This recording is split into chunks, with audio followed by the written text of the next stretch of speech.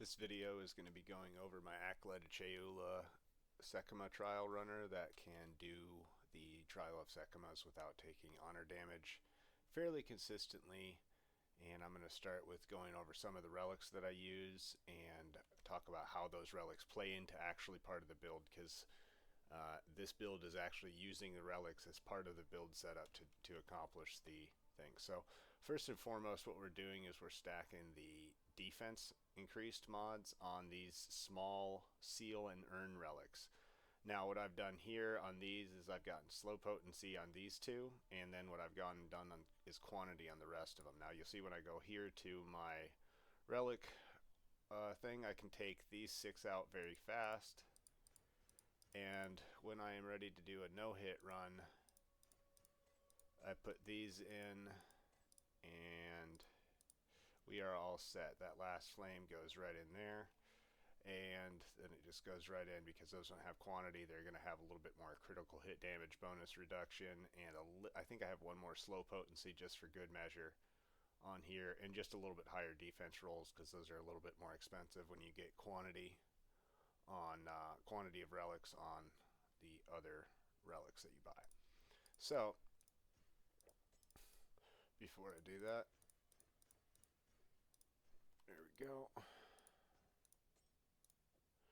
Put those back in order there, and we'll and so this, with this setup, I've got 100% quality or quantity of relics dropped by monsters. So, and that doesn't mean that much until the end of the trial, where Zarokh the Eternal will drop 2 unique pieces instead of 1. So if you're farming for Last Flame, it's just good that way. So I'm going to go in the trial and I'll show you a little bit more on why some of the choices were made in the build, and then I'll go back out to hideout and I'll show you a couple of the choices that I made in the tree. So first and foremost, with darkness, you're not going to be able to use any spirits, so it takes a lot of build options out that may otherwise use spirit. And also, in my experience, just from trying a few things out with bows and arrows and stuff, a lot of those skills really like heralds and a few things to really feel good. And since you don't have access to those, it took out the availability of skills that I really wanted to play with, because I wanted to do spiral volley or something with a little bit wider range and clear, and it just wasn't in the cards. So with this little guy right here, what we're doing is we're stacking armor, and we're stacking evasion, which gets converted to armor, which gets stacked by increased defenses and then converted to armor. And so you'll have items like the rings with, like, I made sure to get very high evasion, and you see me putting defense modifiers on the rings, so 240 on the rings specifically, 230 evasion on that ring specifically, because you look at the armor, even it's 41,000 right now, but you take one of these rings and you take that off and it goes down to, let's say, 38 or 39, so you're getting 2,000 armor from one little ring there, which isn't much.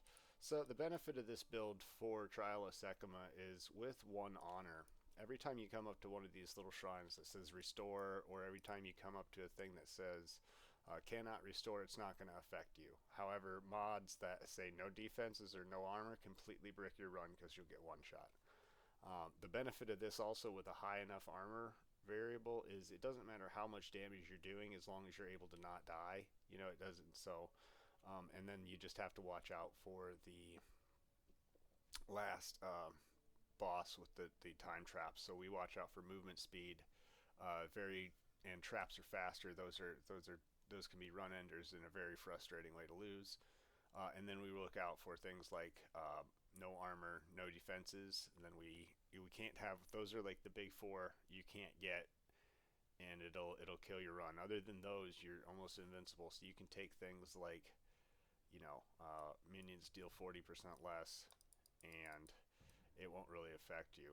So another thing that we're doing is, with that high armor, you can see I just stand in like a trap here, and you'll see this down here.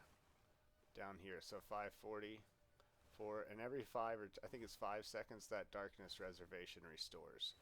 And so what'll happen here is 5 or 10 seconds, 5 or 10 seconds. So I'm standing in actually 2 traps right now. That armor is mitigating the trap damage, and every 5 or 10 seconds, or I'm not sorry, it's not 5 or 10, it's 5 seconds, because there's a little thing here that says darkness reservation, um, reduces darkness reservation by 50%. It's normally 10 seconds.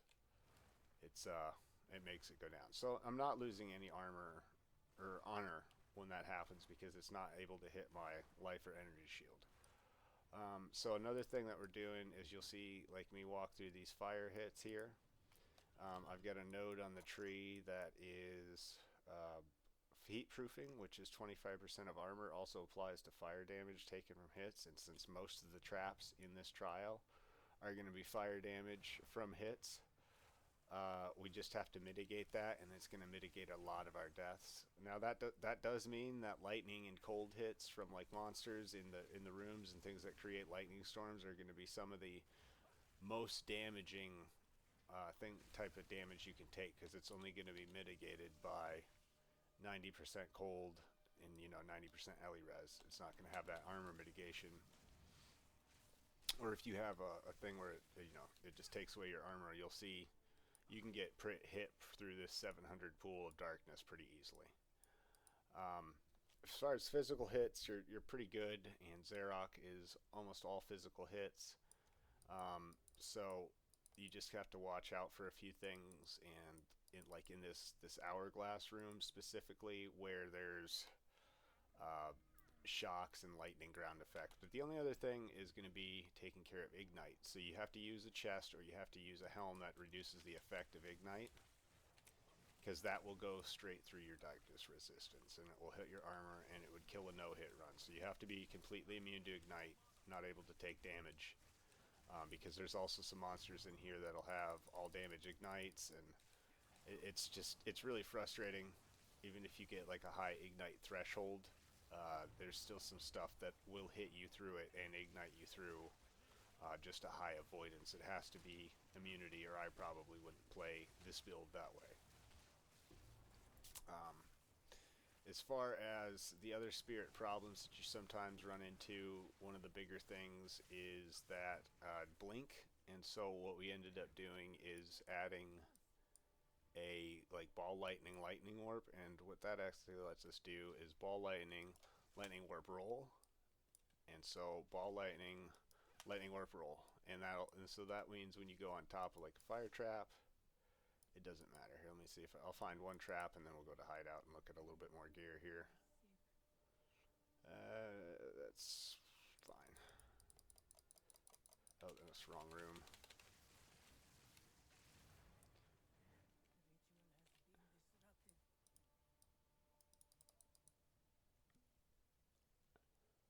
Come on.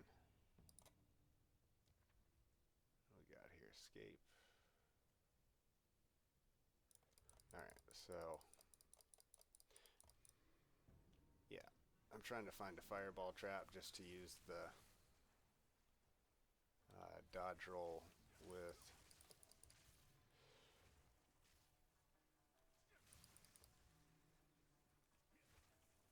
But we'll see what happens here. They're not a really great room for an example.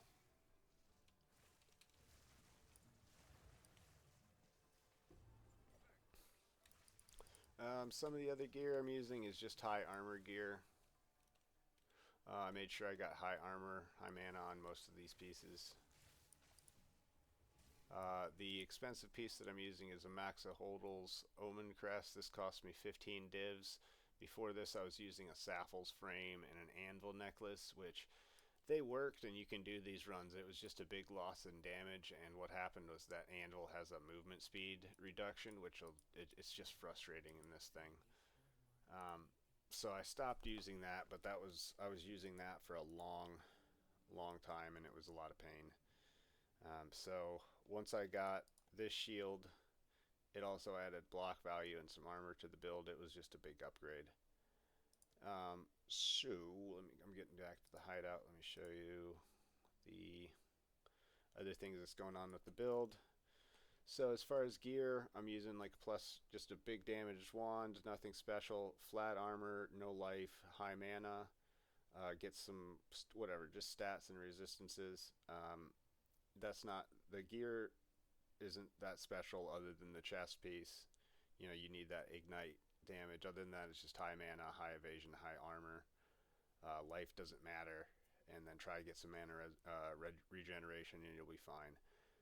Another thing before I get off of gear, if I really get in trouble or I get a movement speed debuff or something where traps is faster on the Zarokh fight where I may run into like a problem hitting that time trap, you can throw on Thrill Steel and Fox Shade to get like a 20% movement speed boost, but you lose a little bit of armor when you put in your helmet. You can just bip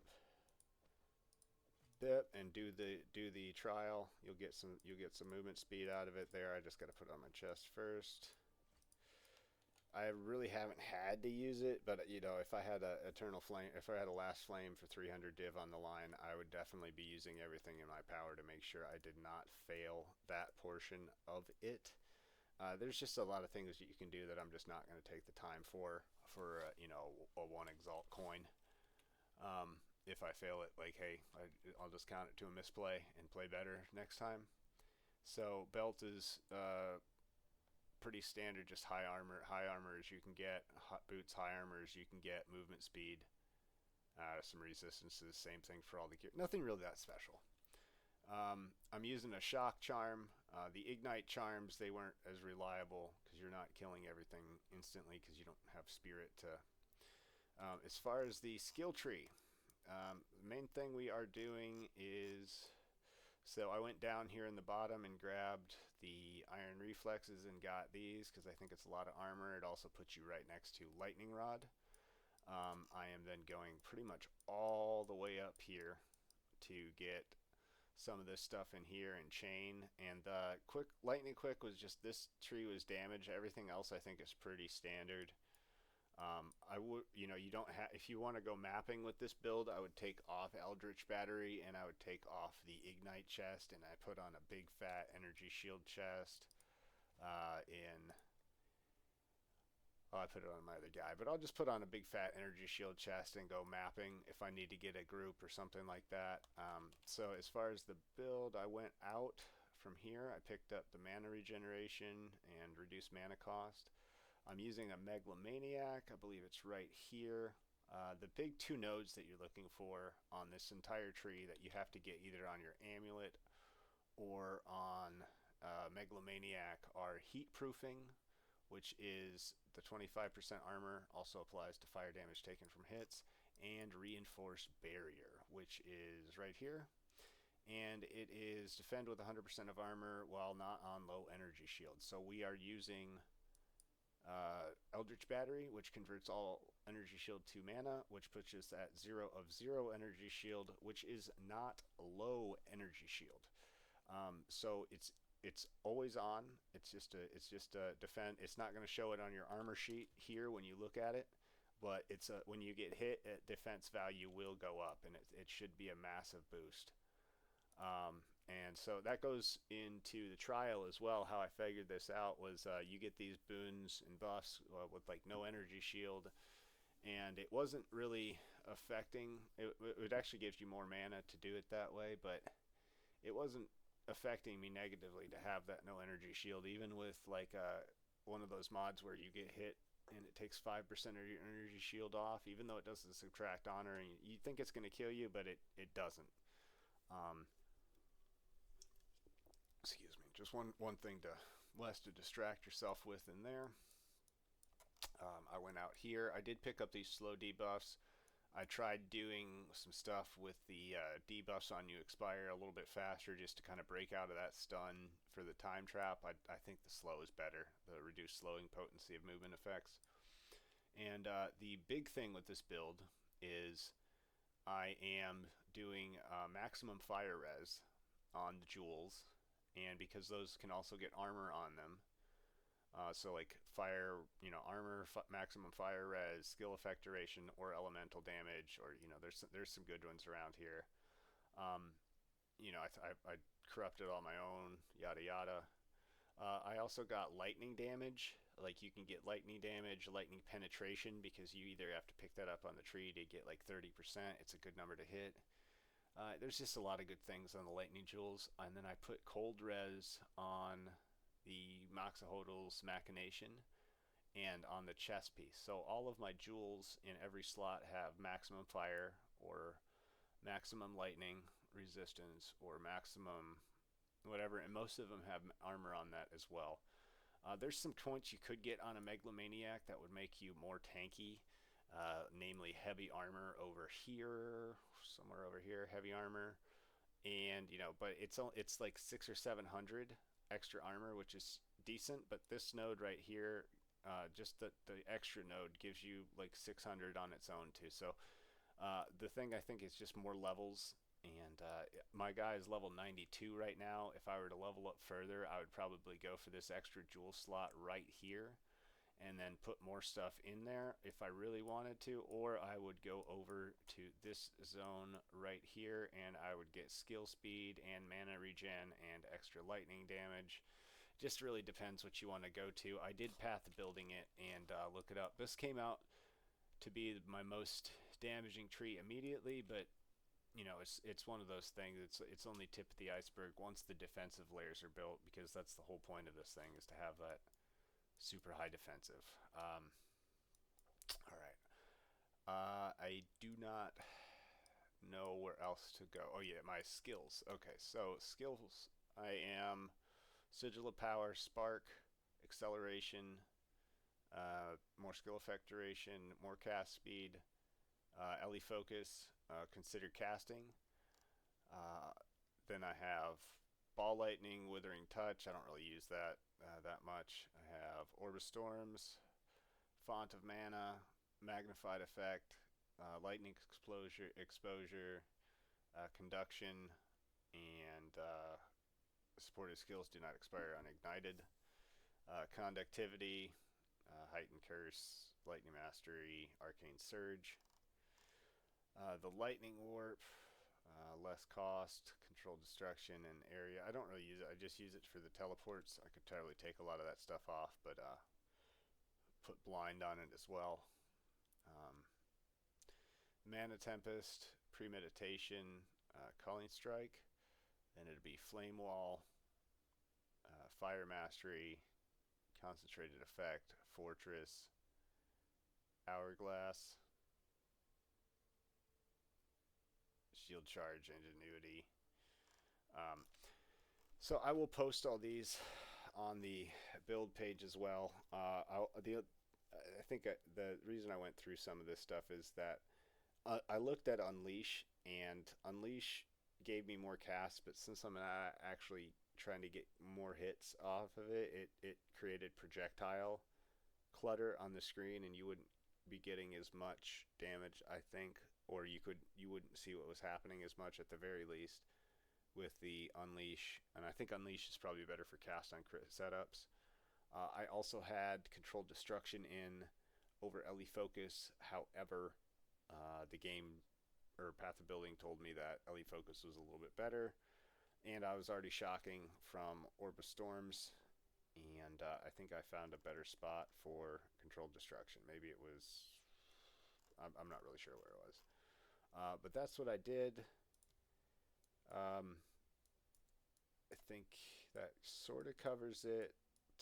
Okay, the Ascendancy trees that I took, just a little bit extra chaos. I didn't try going into extra chaos. It didn't seem like it was worth it. I think you're trying to stretch pretty thin, getting enough armor on literally every piece. I think I tried it with the Ming's Heart rings, and just that loss of defenses that you have when you take a Ming's Heart ring was not worth it. So that's why I didn't end up going chaos damage, even though Acolyte of Chayula I think favors going into that. I think I just stuck with a spark setup, generic as possible, just because it's able to clear Sanctum well. So I'm sure I missed a lot of stuff, and tried to get as much relevant information out as I could, but I'm sure I still ranted and did not cover a lot of things, so for that I apologize. If you have questions, I'll try to look at the comments sometime and update this. Of course, I don't know. We'll figure it out.